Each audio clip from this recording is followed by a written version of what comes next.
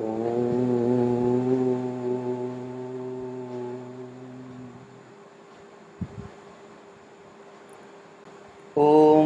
సహనావతు సహనౌ భునక్తు సహ వీర్యం కరవావహై తేజస్వినావధీతమస్తు మా విద్విషావహై.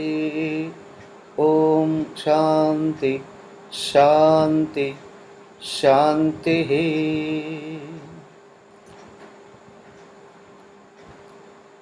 ఓం వాసుదేవేంద్రయోగీంద్రం నత్వా జ్ఞానప్రదం గురుం ముముక్షూణాం హితార్థాయ తత్వబోధోభిధీయతే.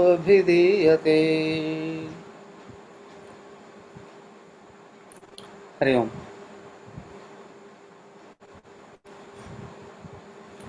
తత్వబోధ అధ్యయనం చేస్తున్నాం.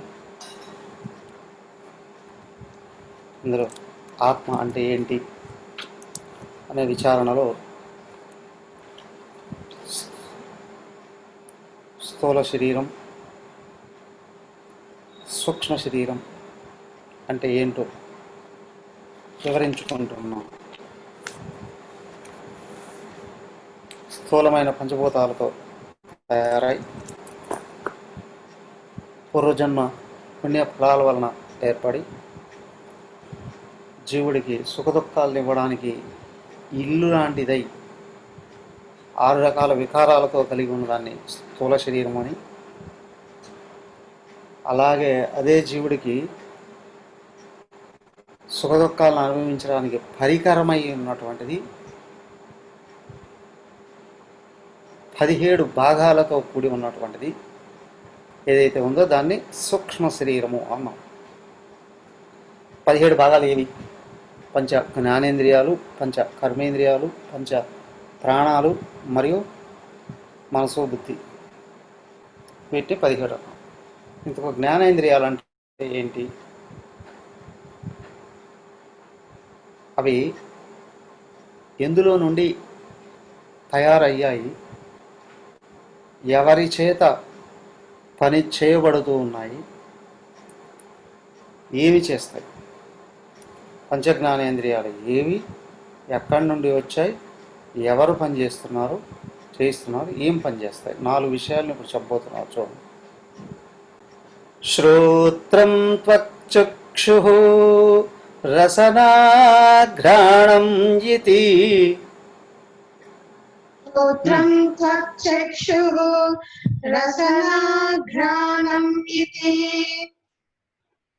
పంచజ్ఞానేంద్రియాణి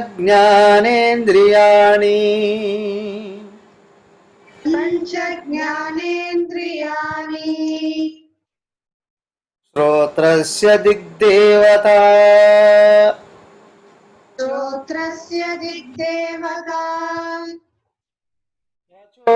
వాయుః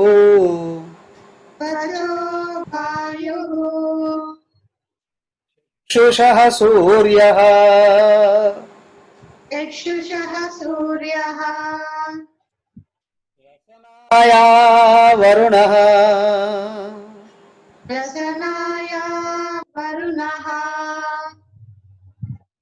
ప్రాణస్య అశ్వినౌ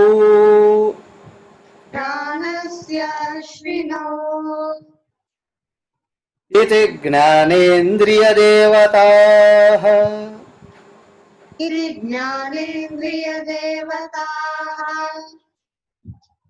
తస్య విషయః శబ్దగ్రహణం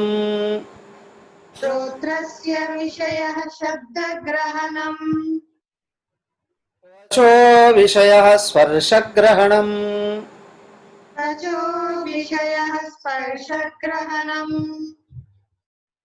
చక్షుషో విషయః రూపగ్రహణం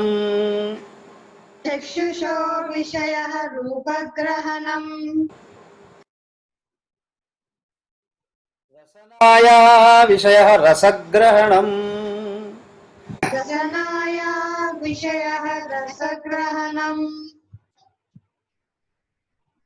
ఘ్రాణస్య విషయః గంధగ్రహణం ఇతి.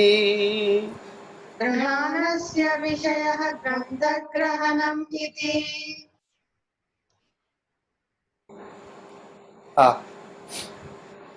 శ్రోత్రం, త్వక్, చక్షుష, రసన, ఘ్రాణం, ఇది పంచజ్ఞానేంద్రియాలు. ఇవి పంచజ్ఞానేంద్రియాలుగా శ్రోత్రం చెవి, త్వక్ చర్మము, చక్షు కళ్ళు, రసన నాలుక, ఘ్రాణం ఇది ముక్కు. నోరు అనలేదు, నోరు అనేటప్పటికీ వాక్ బయటకు వచ్చేది ఒకటి అవుతుంది. లోపలికి స్వీకరించి రుచులు గుర్తించేది ఏది అంటే రసన నాలుక. ఈ 5 పంచజ్ఞానేంద్రియాలండి. ఇవి ఎక్కడి నుంచి వచ్చాయి తర్వాత చెప్తారు మళ్ళీ. కాకపోతే ఇవి ఏవి ఏం చేస్తున్నాయి, ఎవరు చేయిస్తున్నారు? శ్రోత్రస్య దిగ్దేవత. శ్రోత్రానికి అధినేత ఎవరయ్యా, నడిపించేది ఎవరయ్యా అంటే దిక్ దేవతలు అన్నారు. 10 దిక్కులు ఉన్నాయి, 4 దిక్కులు, 4 ఉపదిక్కులు, మరి అధరం, అదే ఊర్ధ్వం, 10 దిక్కులు. తూర్పు, పడమర, ఉత్తరం, దక్షిణం. అలాగే ఈశాన్యం, ఆగ్నేయం, నైరుతి, వాయువ్యం, కింద, పైన, అధరం, ఊర్ధ్వం. ఈ 10 దిక్కులు. 10 దిక్కులకు దిగ్దేవతలు అనేటువంటి వాళ్ళు ఉన్నారు, అధినేతలు. దిగ్దేవతలు అంటారు. వాళ్ళే శబ్దాలను మోస్తుంటారట. అమెరికాలో మాట్లాడితే ఫోన్లో సెకండ్కి కూడా వ్యవధి లేకుండా ఇండియా కనిపిస్తుంది, వేల కిలోమీటర్లు. ఎలా వస్తుందంటే ఆ శబ్దాన్ని మోసేది ఎవరయ్యా అంటే దిగ్దేవతలు అండి అన్నారు. ఇప్పుడు చూడండి, ఇంతకుముందు ఫోన్ చేస్తే ఫోన్ వెళ్ళాలంటే ఏం చేయాలి? ఫోన్ వైర్ ఉండాలి, అవునా? టెలిఫోన్ వైర్ ఉంటుంది. ఇక్కడి నుంచి మాట్లాడితే శబ్ద తరంగం వాయు తరంగా మారి అది వైర్ గుండా, అవునా, అది ఇంకో చోటుకి వెళ్ళిపోయేది, వైర్ గుండా వెళ్ళిపోయేది. అది ఎలా వెళ్ళిందండి? దాన్ని ఇంకా కట్ చేస్తారు. టెక్నాలజీ డెవలప్ అయ్యే కొద్ది ఏమైంది, ఇప్పుడు వైర్లెస్ అండి అన్నా. దాని ఇప్పుడు ఫోన్ ఇక్కడ మాట్లాడితే నీ ఇంట్లో నువ్వు కూర్చోని చోటు నుంచి మాట్లాడితే అమెరికా కనిపిస్తుంది, ఇంగ్లాండ్ కనిపిస్తుంది, ఎక్కడికైనా కనిపిస్తుంది. ఏంటి అంటే ఆ దిగ్దేవతలతో కనెక్ట్ కావడం వలన శబ్దం ఎక్కడి నుంచి ఎక్కడికైనా మోయబడుతుందండి. శబ్దాలు రూపాలు కూడా మోయబడతాయి సూక్ష్మంగా. శబ్ద తరంగాల్లాగా రూపాలు కూడా మోయబడతాయి. అవునా? అక్కడ అమెరికాలో రిలే అయినటువంటిది ఇక్కడ టీవీ రిసీవ్ చేసుకోవట్లే. టీవీలు వస్తున్నాయిగా, దానికి టెక్నాలజీ ఉంది. ఆ విధంగా అది కూడా రిసీవ్ చేసుకోవడానికి అవకాశం ఉంటుందండి అని ఎయిర్లైన్స్ వాళ్ళు ఉంది కదా, టెలిఫోన్ ఎక్స్చేంజ్కి రిసీవ్ చేసుకోవడము, లేదా టీవీ ఛానల్స్ ఉన్నాయి కదా, అవి రిసీవ్ చేసుకుంటాయి. రిసీవ్ చేసుకున్న తర్వాత రిలే చేస్తున్నాయి మనకు. కాబట్టి ఒక చోటు నుంచి ఒక చోటుగా ఈ శబ్దాలను మోసేటువంటి దిగ్దేవతలు ఎవరైతే ఉన్నారో శబ్దాన్ని రిసీవ్ చేసుకునేటువంటి చెవిని కూడా నడిపిస్తూ ఉన్నది వాళ్ళే. శ్రోత్రస్య దిక్ దేవత. త్వచో వాయు. చర్మానికి అధిదేవత ఎవరయ్యా? వాయు. స్పర్శ అధిదేవత అండి అన్న. త్వచో వాయు. వాయువు ఏం చేస్తుంది? స్పర్శను ఇచ్చేది ఎవరు? వాయు. అవునా? చల్లని గాలి, అబ్బాబా చలేస్తుందండి అని అంటాం. గాలి వేడిగా ఉంటే వేడిగా ఉంది, ఏసీ ఆన్ చేయండి అంటాం. ఏంటి? గాలి మోస్తూ ఉంటుంది. స్పర్శనే. గాలిలో ఉన్న తేమను బట్టి మనకు వేడి ఎక్కువగా ఉందా, వేడి తక్కువగా ఉందా, చలి ఎక్కువగా ఉందా, చలి తక్కువగా ఉందా అనే విషయాలు తెలుస్తూ ఉంటుంది. అలాగే స్పర్శను కూడా రిసీవ్ చేసుకునేటువంటి శక్తిని చర్మానికి వాయువే ఇస్తుందండి. వాయువే ఇస్తుంది. వాయువు వల్లనే చర్మం పనిచేస్తుంది. చక్షుష సూర్య. కళ్ళకు అధిదేవత ఎవరండి? సూర్యుడండి అని అన్నాడు. కంటికి అధిదేవత సూర్యుడు. ఎలాగా? సూర్యుడు వెలుతురులోనే ఏ విషయాలైనా మనం చూస్తాం. సూర్యుడు లేకుండా చూడలేమా అండి? ఎలక్ట్రిసిటీ అని ఉండాల్సిందేగా, వెలుగు అనేది ఉండాల్సిందేగా. సూర్యుడా, చంద్రుడా, నక్షత్రాల, లేదా విద్యుత్, అగ్నిన, ఏదో ఒకటి. ఇవన్నీ కూడా ఏంటి? వెలుగు. వెలుగులో అత్యంత పెద్దదైనటువంటి సూర్యుడు. జనరల్గా మన భూమి మీద ఉన్న వాళ్ళందరూ కూడా సూర్యుడి వెలుగులో ఏ బల్బులు లేకుండా చూస్తున్నాం.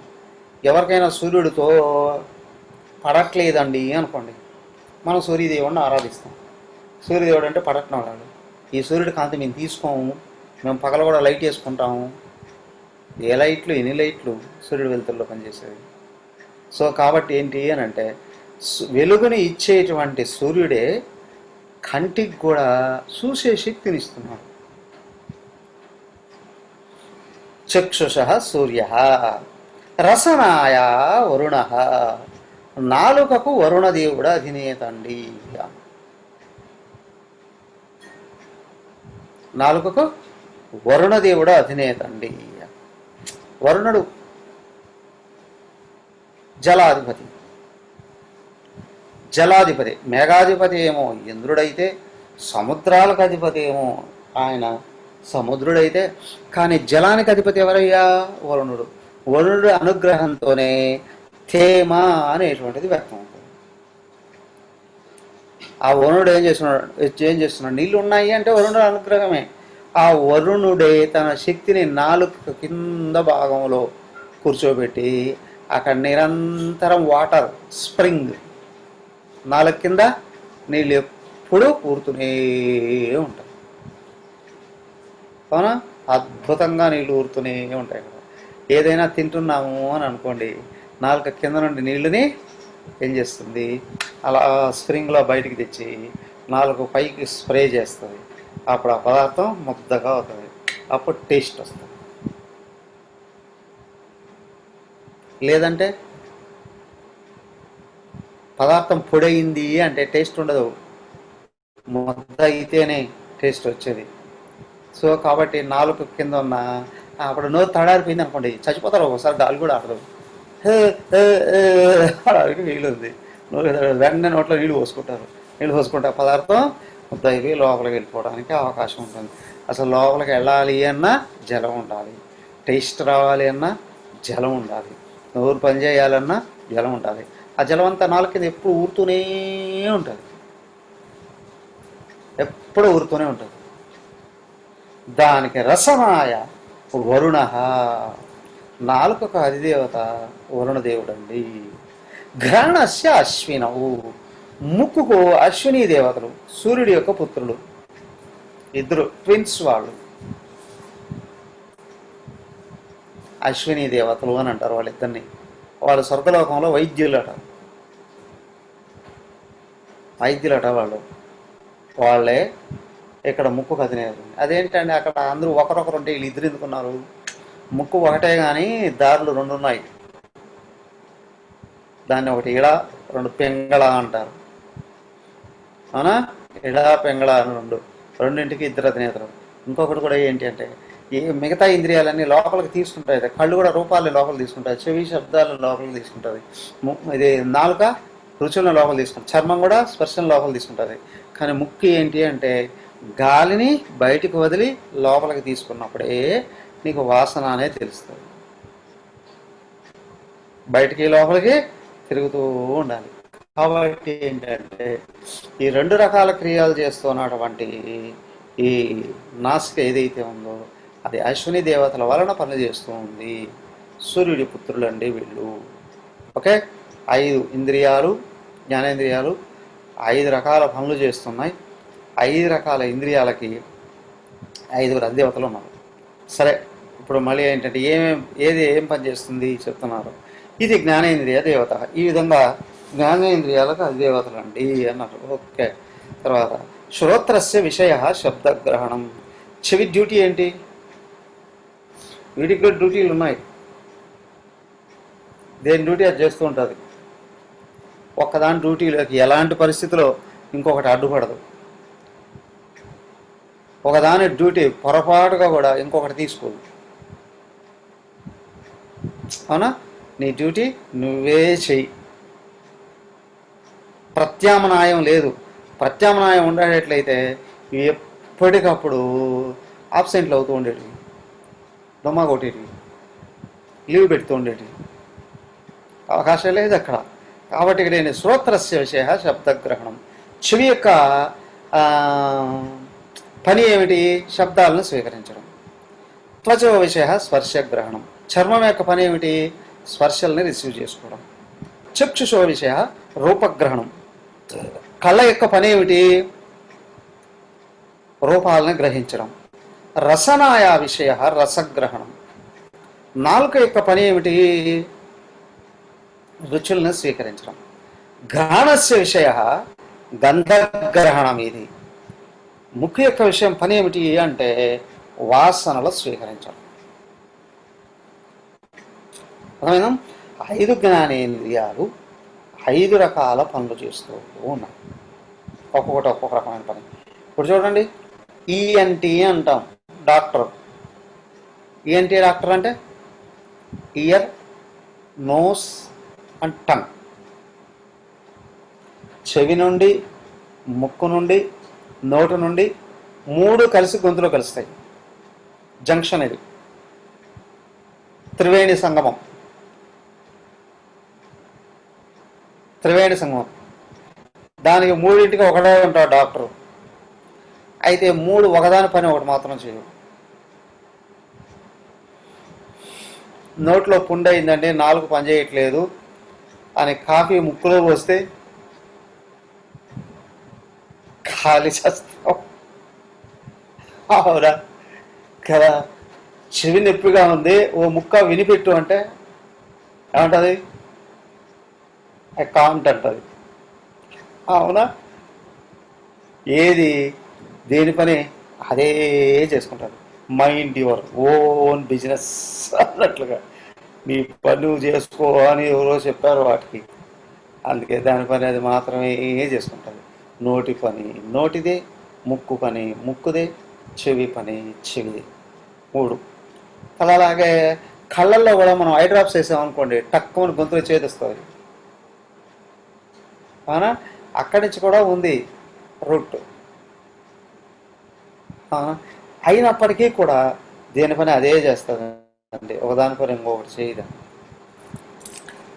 జ్ఞానేంద్రియాలు 5, వాటికి అధిదేవతలు ఉన్నారు.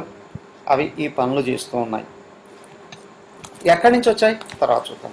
ఈరోజు మళ్ళీ కర్మేంద్రియాలు. ఇవి ఏమిటండి? చూడండి, వాక్పాణిపాదపాయూపస్థానీతి. వాక్పాణిపాదపాయూపస్థానీతి. పంచకర్మేంద్రియాణి. పంచకర్మేంద్రియాణి. వాచో దేవతా వహ్నిః. వాచో దేవతా వహ్నిః. హస్తయోరింద్రః. హస్తయోరింద్రః. విష్ణుః. పాదయోర్విష్ణుః. మృత్యుః. కాయోర్మృత్యుః. తస్య ప్రజాపతిః. ఉపస్థస్య ప్రజాపతిః. కర్మేంద్రియ దేవతాః. ఇతి కర్మేంద్రియ దేవతాః. వాచో విషయః భాషణం. వాచో విషయః భాషణం. పాణ్యోర్విషయః వస్తుగ్రహణం. పాణ్యోర్విషయః వస్తుగ్రహణం. పాదయోర్విషయః గమనం. పాదయోర్విషయః గమనం. పాయోర్విషయః మలత్యాగః.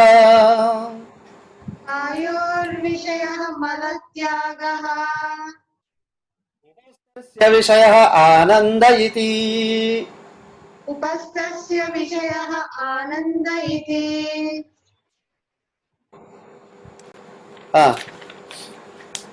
వాక్ నోరు, పాణి చేతులు, పాద కాళ్ళు, పాయువు మలద్వారం, ఉపస్థ జననేంద్రియం. ఇది ఈ విధంగా పంచకర్మేంద్రియాన్ని 5 కర్మేంద్రియాలు. వాచో విషయ వహ్ని, వాక్కు యొక్క పని.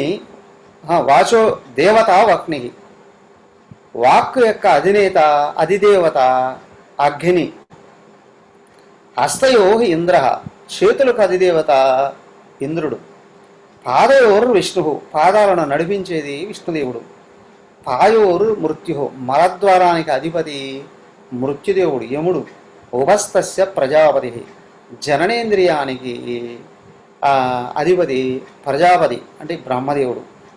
ఇది కర్మేంద్రియ దేవత. ఈ విధంగా కర్మేంద్రియ దేవత. వాచో విషయ భాషణం, వాక్కు యొక్క పని మాట్లాడడం. పాణ్యోర్ విషయ వస్తుగ్రహణం, చేతుల యొక్క పని ఏంటి అంటే వస్తువుల్ని పట్టుకోవడం వదలడం. పాదయోర్ విషయ గమనం, కాళ్ళ యొక్క పని నడవడం, దేహాన్ని మోసుకెళ్ళడం. పాయోర్ విషయ మలత్యాగ, మరి పాయువు మలద్వారం యొక్క పని ఏంటి అంటే మలాన్ని వదిలిపెడుతూ ఉంటాం, త్యాగం చేస్తుంది. ఉపస్థస్య విషయ, ఉపస్థేంద్రియం అంటే జననేంద్రియం ఏదైతే ఉందో ఆనంద, ఇది జననేంద్రియం ద్వారాగా వ్యక్తి ఆనందాన్ని పొందుతున్నాడండి. సృష్టికి ప్రతిసృష్టి చేయడం ద్వారాగా ఆనందం పొందుతాడండి. సంతానం వల్ల ఆనందం పొందుతాడు. ఓకే, అయితే ఇక్కడ 5 కర్మేంద్రియాలు. వాక్కు, దీనికి అధినేత అగ్ని, ఇది మాట్లాడుతుంది. వాక్కు అగ్ని అధినేత ఎట్లా అవుతాడండి? ఎలా? మాటలతో కాల్చేయచ్చు మనుషుల్ని, అవునా కదా? మాటలతో జీవితాలు నిలబెట్టచ్చు, మాటలతో కొంపలు కాల్చేయచ్చు. కూల్చడం కాదు, కాల్చేయచ్చు. స్థూలమైన అగ్ని అయినా స్థూలమైన విషయాలనే కాల్చేస్తుంది. కానీ నోరుందే, ఇది కానీ తెరిస్తే జీవితాలను కూడా కాల్చేస్తారు, హృదయాలను కూడా కాల్చేస్తారు. సరేలే అండి, ఒప్పుకుంటాంలే. కానీ అస్సలు ఎట్లా రీజన్? నోరుతో మాట్లాడుతున్నాము అంటే వేడి వస్తుందా? కొద్దిసేపు కంటిన్యూగా మాట్లాడితే లోపల మంట వస్తుంది. మళ్ళీ నీళ్లు తాగుతాం, తీసుకుంటాం నీళ్ళు. అమ్మ వేడి ఆకిందండి.